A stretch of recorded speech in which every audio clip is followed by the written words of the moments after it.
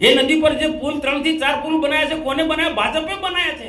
એ વિસ્તારની અંદર જે રોડ રસ્તા બન્યા, વીજળીકરણનું કામો થયા, વિકાસના કામો થયા, એ આમ આદમી પાર્ટીએ કર્યા, ચૈતર વસાવાએ કર્યા.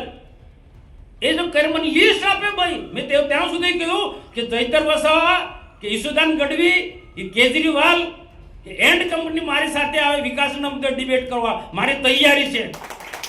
વિકાસના મુદ્દે અહીંયા ડિબેટ કરવા માટે ડેડિયાપાડામાં આવે, મારી તૈયારી છે.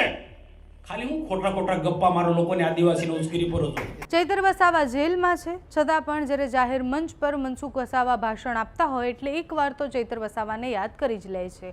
ગઈકાલે મનસુખ વસાવા એક કાર્યક્રમમાં હતા. કાર્યક્રમ દરમિયાન અનેકવાર ચૈતર વસાવાને યાદ કર્યા. પહેલીવાર જ્યારે સંજયભાઈને સ્ટેજ પર બોલાવતા હતા ત્યારે એવું કહ્યું કે તમે ક્યાં છો, તમે તો હીરો છો, તમારા કારણે ચૈતર વસાવા જેલમાં છે.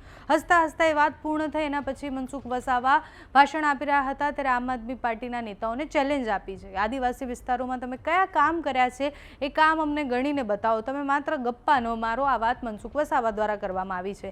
મનસુખ વસાવાએ કહ્યું કે ચૈતર વસાવા, ઈશુદાન ગઢવી કે પછી આમ આદમી પાર્ટીના કોઈ પણ નેતા મારી સામે આવીને બેસે, હું ડિબેટ કરવા માટે તૈયાર છું કે આમ આદમી પાર્ટીના નેતાઓએ શું કામ કર્યા છે. માત્ર વાત કરી રહ્યા છે કામ કરવાની, પણ ભારતીય જનતા પાર્ટી સિવાય આદિવાસી વિસ્તારમાં કોઈનો ઉદ્ધાર નથી. એ વાત મનસુખ વસાવા દ્વારા કરવામાં આવી છે. ઓપન ચેલેન્જ ચૈતર વસાવા જે જેલમાં છે એમને મનસુખ વસાવાએ આપી દીધી છે. હવે આમ આદમી પાર્ટી આ વિષય પર શું કહે છે, મનસુખ વસાવાને શું જવાબ આપે છે એ જોવાનું રહ્યું. અત્યારે મનસુખ વસાવાએ ઓપન ચેલેન્જ આપતા શું કહ્યું તે સાંભળો. જે વાથામવાથી થઈ હતી એટલે ફાઇટર મેન છે, પણ પાર્ટીના શિસ્તમાં રહીને કામ કરે છે. એવા સંજયભાઈ અહીંયા ઘણા બધાનું સન્માન પણ થયું, સંબોધનમાં ઉલ્લેખ પણ થયો. અહીંયા ઉપસ્થિત સર્વે આ વિધાનસભામાં ઉપસ્થિત તમામ પાર્ટીના 100 હોદ્દેદારો, આગેવાનો, એટલા સામે પણ બધા વરિષ્ઠ લોકો બેઠા છે. નારાયણદાસ મહારાજ, એ નદી પર જે પુલ 3 થી 4 પુલ બનાવ્યા છે, કોને બનાવ્યા? ભાજપે બનાવ્યા છે. એ વિસ્તારની અંદર જે રોડ રસ્તા બન્યા, વીજળીકરણનું કામો થયા, વિકાસના કામો થયા, એ આમ આદમી પાર્ટીએ કર્યા, ચૈતર વસાવાએ કર્યા.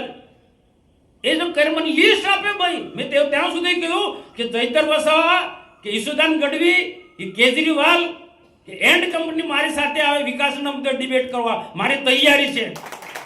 વિકાસના મુદ્દે અહીંયા ડિબેટ કરવા માટે ડેડિયાપાડામાં આવે, મારી તૈયારી છે. ખાલી હું ખોટા ખોટા ગપ્પા મારો લોકોને આદિવાસીને ઉશ્કેરી પડો છો, જુઠ્ઠું બોલો છો. આ મોતીભાઈ વાત કે શંકરભાઈએ વાત કરી, લોકોએ પણ સમજવું પડશે ભાઈ. પ્રધાનમંત્રી કુસુમ યોજનાની અંદર કેટલો લાભ આપ્યો છે, કેટલો. અને આપણા લોકો માને પણ જાય. આપણા આગેવાનો બેસી રહેશે,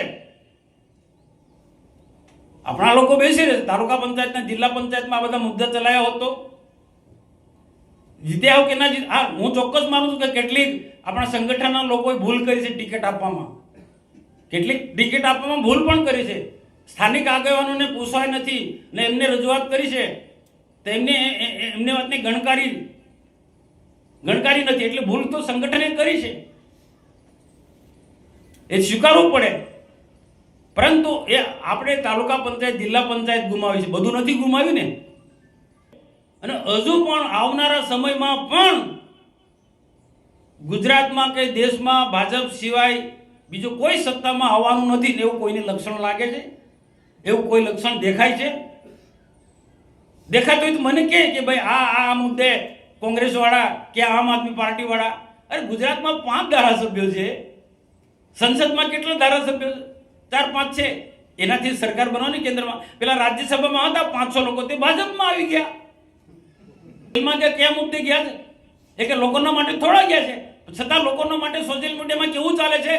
લોકોના માટે જેલમાં ગયો, લોકોના માટે જેલમાં ગયો, જંગલની જમીન માટે જેલમાં ગયા. હવે લોકોના માટે નહીં, એના ફુલસરમાં આવતા 10-12 લોકો ના ખેડાનો પ્રશ્ન હતો, એના તે ઝઘડો કર્યો. તો એ જ બધા જંગલના, આપણા ભરૂચ જિલ્લાના, નર્મદા જિલ્લાના, ડેડિયાપાડા, સાગબારામાં જે જંગલની જમીન ખેડ છે, એ બધા ખેડૂતો ને જમીનના હક નથી મળ્યા, એ બધા મુદ્દા લઈને આ કાર્ય કર્યું હોય તો માનતા આપણે. એ ચંદ્રકાંત કહો તો ખરા,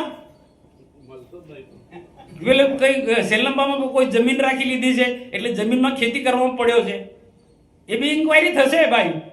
એ જમીન ક્યાંથી કોને આપીને કોને પૈસા આપ્યા?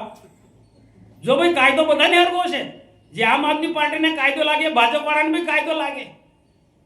કાયદાનો ભંગ કરે, કાનૂનનો ભંગ કરે, એ એકલું આમ કોંગ્રેસ કે આમ આદમી નહીં, ભાજપ વાળાને બી લાગવો પડે. કાયદો કાયદાનો કાયદો કોઈને છોડતો નથી ભાઈ.